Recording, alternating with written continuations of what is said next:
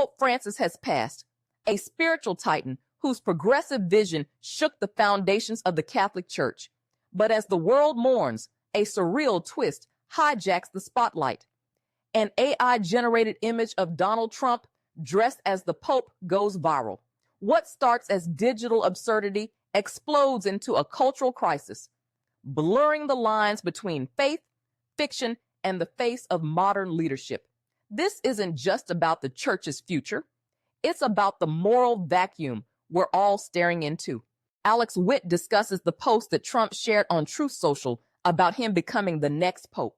Trump shared an AI-generated photo of himself dressed as the Pope as cardinals prepare to begin conclave on Wednesday to elect the successor to Pope Francis. Pope Francis, the spiritual leader of over 1 billion Catholics and a voice for compassion on the global stage, passed away last month on Easter Monday at the age of 88. He succumbed to a stroke, followed by heart failure, marking the end of an extraordinary papacy that spanned 12 years.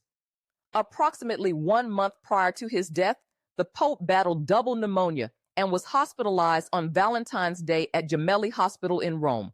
World leaders and everyday citizens alike mourn his loss. Former President Biden remembered him as a champion for the voiceless, while former President Obama highlighted Pope Francis's humility and his profound ability to inspire us to be better. Leaders from countries as diverse as Ukraine and Argentina echoed this shared grief.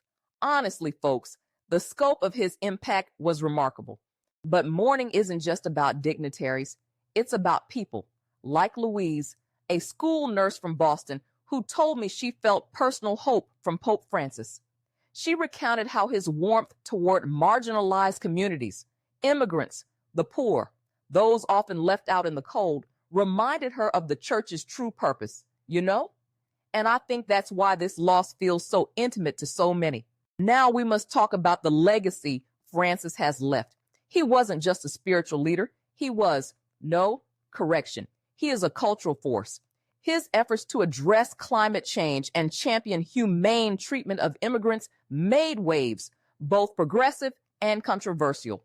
But as with any towering figure, his work drew critics too, especially among those resistant to questioning old power dynamics within the church.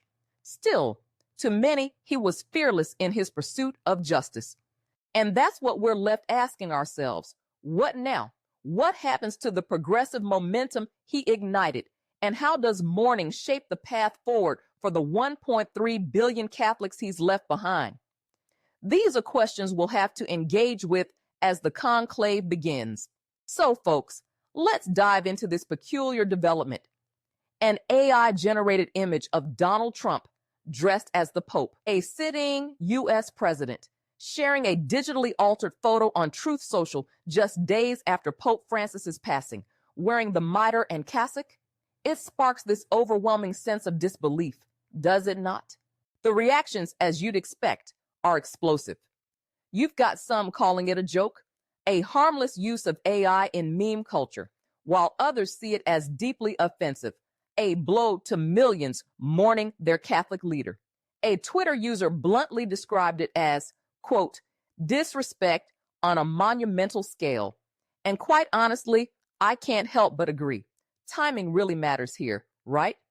It's about reading the room, or in this case, understanding the sacredness of a period of grief. Now, it's not just the image itself. Lindsey Graham's follow-up endorsement saying Trump being Pope would be a dark horse candidate and literally asking Catholics to keep an open mind. Come on, how does that not trivialize such a solemn occasion? This isn't just any job opening where you pitch slogans or make jokes. These symbols hold profound weight for people.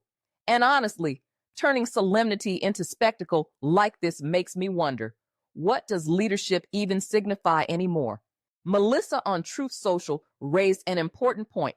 She said, and I'm Paulin here, that political leadership's evolving into some kind of meme currency. You dress up controversies in humor, reframe them as entertaining one-liners, and suddenly criticism is deflected. But we gotta ask, folks, where does that leave authenticity, especially during collective mourning or moments that call for sincerity? To me, It ties directly back to public trust, which seems to erode every time a leader prioritizes optics over obligation. When we start treating political and religious narratives as commodities for internet humor, we lose something fundamental: respect for those institutions and the people they serve. I can't help but wonder what Pope Francis, the global advocate for humility and integrity, would have thought about this distortion of values.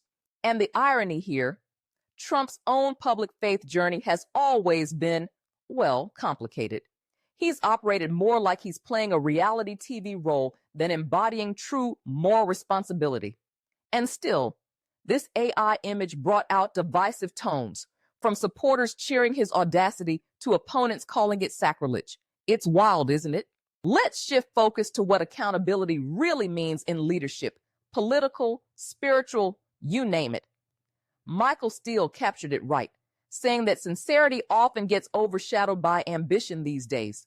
And really, it's no shocker, right? It shows up everywhere, from photo ops to AI-generated images that, frankly, turn solemn moments into something performative.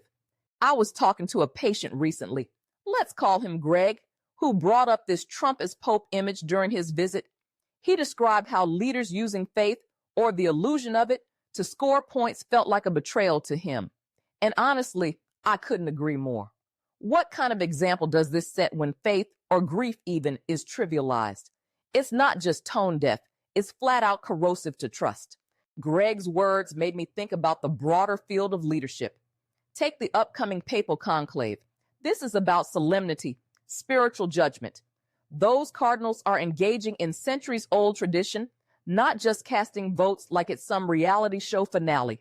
And yet, here we are, witnessing how political spectacle creeps into even the most sacred traditions. But why does this keep happening? Well, I think we have been conditioned to accept leadership that prioritizes branding over backbone. It's like leaders' real work, serving justice, embodying responsibility, that gets buried under memes, punchlines, and, let's be honest, a desperate quest for relevance.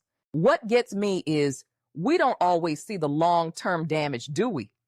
When spectacle outweighs sincerity, it chips away at institutions people rely on, whether it's the church or, heck, even democracy. Leadership loses its weight when it's diluted into a shareable clip. A viral moment? No wonder so many of us feel disconnected from these so-called public figures.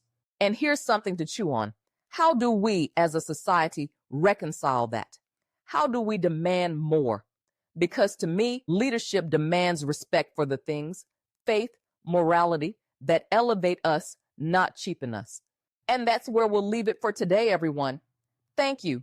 Thank you so much for tuning in, for letting me share this space with you. You know, your support, your engagement, it's not just appreciated. It's the heartbeat of what we do here at The Real 411. If something resonated with you today, if it sparked a thought or, I don't know, helped you see things from a different lens, then please follow us on social platforms, leave a comment, or better yet, share this episode. Because honestly, this conversation isn't just mine, it's ours. And hey, if you haven't already, sign up for our email newsletter. We've got updates, exclusive insights, and trust me, you don't want to miss out. Speaking of missing out, if you believe in, the kind of media that dares to speak up, that pushes past the headlines to dig for what matters, consider supporting us on Substack or Spotify. Every subscription, every share, every bit of support, it all makes this journey possible. All right, that's it for today. Keep questioning, keep challenging the narratives, and as I always tell my patients, stay informed, stay bold, and absolutely stay real. Until next time, Dr. 𝐶𝐨𝐬 McGee signing off.